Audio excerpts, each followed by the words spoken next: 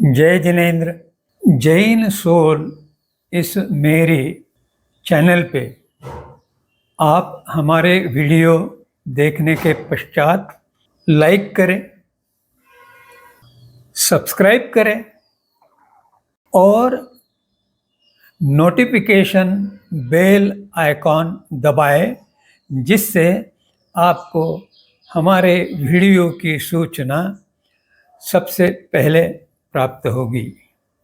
और आप हमें हमारे वीडियो के नीचे दिए गए पेज पर भी फॉलो कर सकते हैं। जय जिनेन्द्र। नवकार महामंत्र का प्रथम सूत्र रूप में वाचन करते हुए तीसरे पद पर आचार्य भगवंत को नमन किया गया है। आचार्य भगवंतों के 36 गुण जो अन्य साधुओं से अधिक रहते हैं, वे बड़े महत्वपूर्ण हैं। उसमें पांचों इंद्रियों का संवर, यह 5 गुण हमारे इंद्रियों से संबंधित है। संवर का अर्थ है कर्म पुद्गल का प्रवाह रोकना। जब हम क्रियाशील रहते हैं तब हमारे पांचों इंद्रिय सक्रिय रहते हैं और उनके माध्यम से हमारी कार्યેंद्रिय भी सक्रिय होती है, जिससे क्रिया होती है और कर्म बंद होता है। परंतु आचार्य भगवंतों में अपनी साधना के कारण इस प्रक्रिया में बहुत ही अवरोध निर्माण करने की शक्ति उत्पन्न हुई होती है। इसके पश्चात 9 ब्रह्मचर्य की सीमाएं, यह भी बहुत महत्वपूर्ण है। जैसे किसी कृषि क्षेत्र के बोए हुए अनाज की रक्षा के लिए उस क्षेत्र की सीमा पर कुछ कटीली बाड़ लगाई जाती है, जिससे बाहर से आने वाले जानवरों का उपद्रव न हो।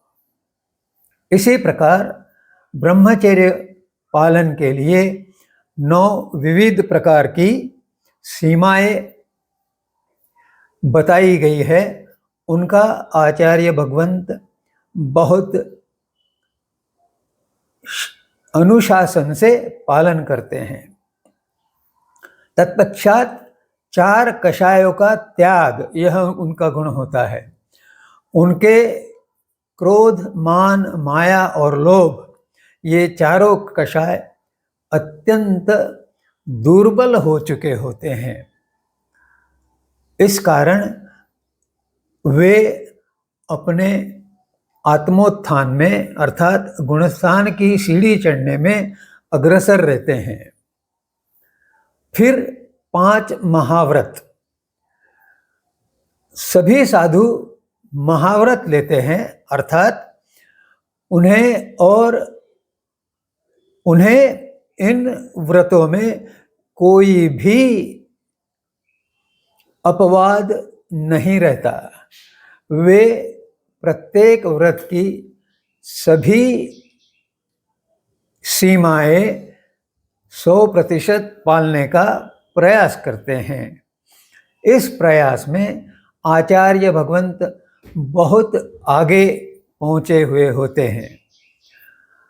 उसके पश्चात 5 आचार, ये आचरण की जो व्यवस्था है, इसमें भी वे अपने अनुभव और ज्ञान से बहुत अगली श्रेणी में पहुंचे होते हैं। उसके पश्चात पांच समिति, यह एक बहुत महत्वपूर्ण अंग है जिसमें कुछ मर्यादाएं बड़ी ध्यान से पाली जाती हैं, और तीन गुप्ती, यह बहुत कठिन गुण है या लब्धि है जिसके कारण कोई भी साधु आचार्य अपनी साधना के आधार पर शीघ्र गति से मोक्ष मार्ग पर गमन करने लग जाते हैं। इसके अतिरिक्त आचार्य भगवंतों में 25 जो गुण हैं, वे उपाध्याय के 25 गुण वे भी होते हैं, पर वे उपाध्याय भगवंतों की तुलना में और अधिक शुद्ध होते हैं।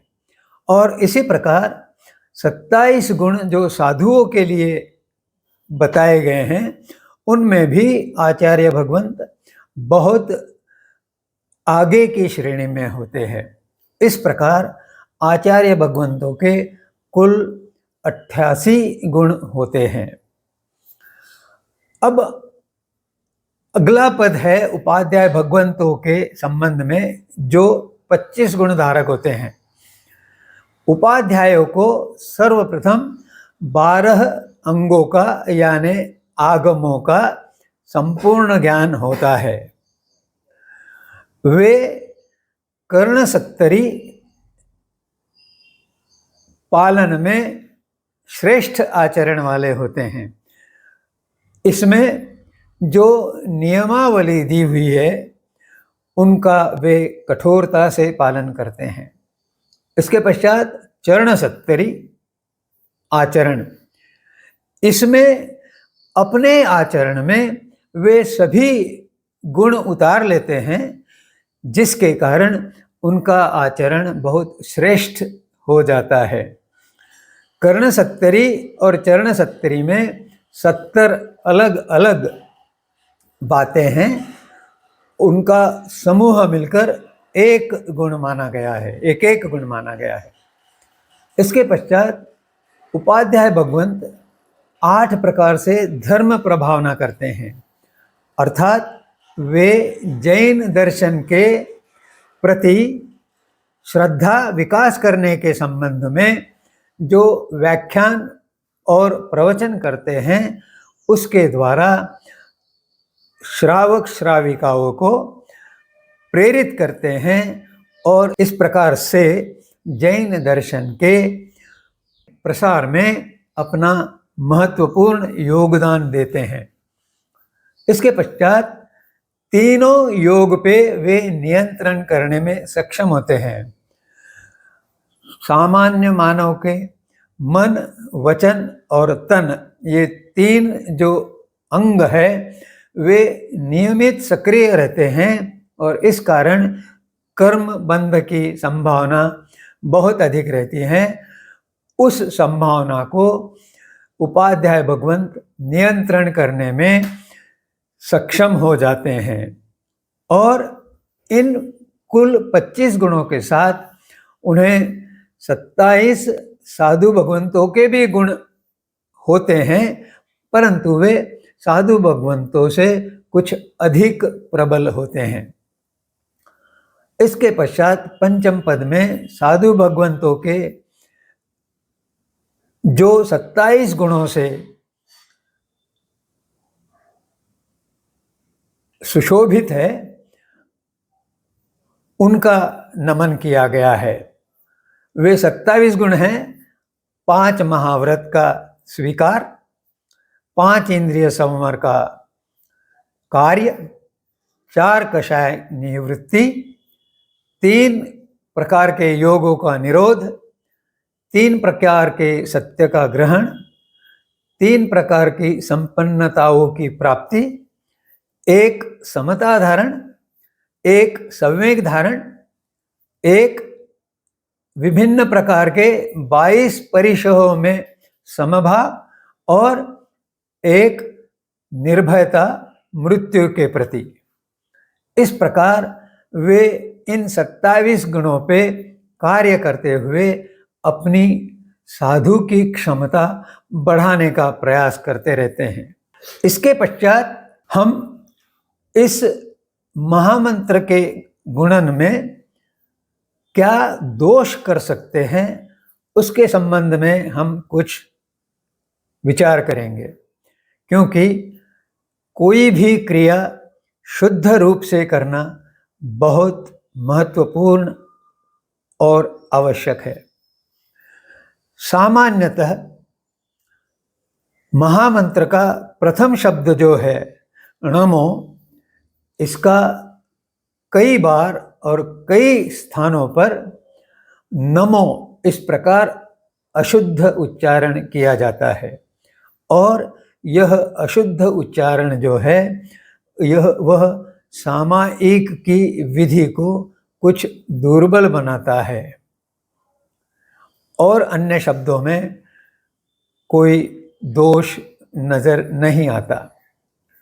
अब महामंत्र होने के पश्चात महामंत्र चूलिका का भी हम उच्चार करते हैं, और उस उच्चारण में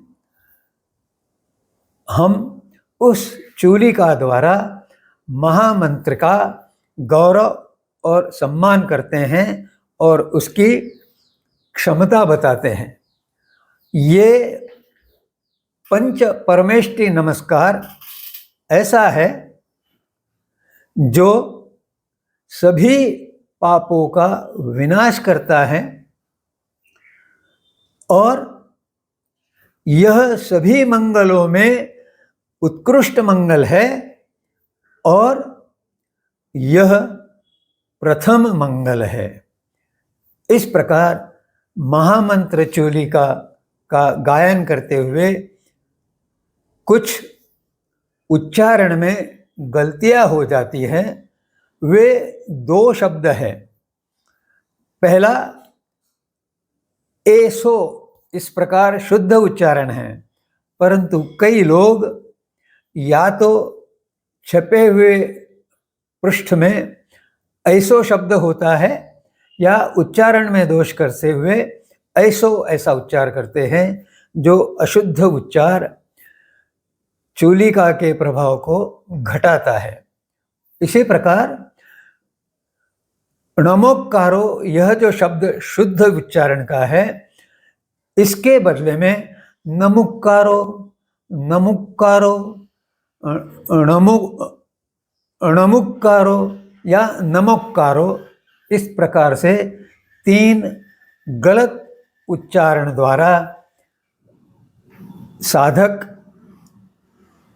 उस चूलिका के प्रभाव को घटाता है। शुद्ध उच्चारण करने से वातावरण में जो भगवान महावीर के शब्द तरंगित है, उनके साथ अनुनाद होने की संभावना बढ़ती है, और तब जाके महामंत्र का प्रभाव अधिक होता है। इसलिए शुद्ध उच्चारण पे ध्यान देना चाहिए। अब प्रथम सूत्र समाप्ति के पश्चात द्वितीय सूत्र का हम विचार करेंगे। द्वितीय सूत्र का नाम है गुरुवंदन या वंदना। गुरु अर्थात जो मार्गदर्शक है, या जो श्रेष्ठ है, या जो वरिष्ठ है, और वंदन अर्थात नमन, प्रणिपात, जो विनय गुण को दर्शाता है। यह जो सूत्र है, जिसे तिक्खुत्तो सूत्र बोला जाता है, इसमें शुद्ध उच्चारण का ध्यान रखना बहुत आवश्यक है। कई लोग प्रथम शब्द तिक्खुत्तो को ही गलत पद्धति से उच्चारित करते हैं।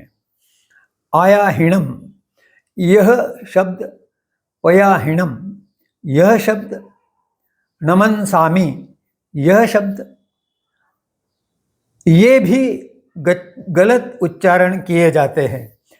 आयाहिणम में ही का दीर्घ उच्चारण दोषपूर्ण है। इसी प्रकार पयाहिणम में भी स्थिति है।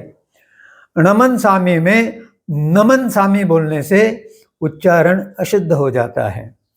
सम्मानेमी को सम्मानेमी करने से उच्चारण गलत हो जाता है। कल्याणम के स्थान पर कई लोग कल्याणम जो संस्कृत शब्द है उसका उच्चारण करते हैं। कल्याणम अर्धमागधी शब्द है। इसके बाद देवयम शब्द का उच्चारण गलत करते हैं, क्योंकि देवयम के बाद जो शब्द है चेयम, उसके सुर में मिलाते हुए लोग देयम ऐसा गलत उच्चार करते हैं। और इस प्रकार गलत उच्चारणों द्वारा जब सूत्र दूषित हो जाता है तो महावीर वाणी से अनुनाद नहीं हो पाता और जो प्रभाव है इस सूत्र का, उस प्रभाव में बहुत हानि का सामना करना पड़ता है। इस विवेचन के साथ आपसे विनम्र निवेदन है कि अपने प्रश्नों को मुझे प्रेषित करें कमेंट सेक्शन द्वारा और आपकी सेवा का अवसर दे। जय जिनेंद्र।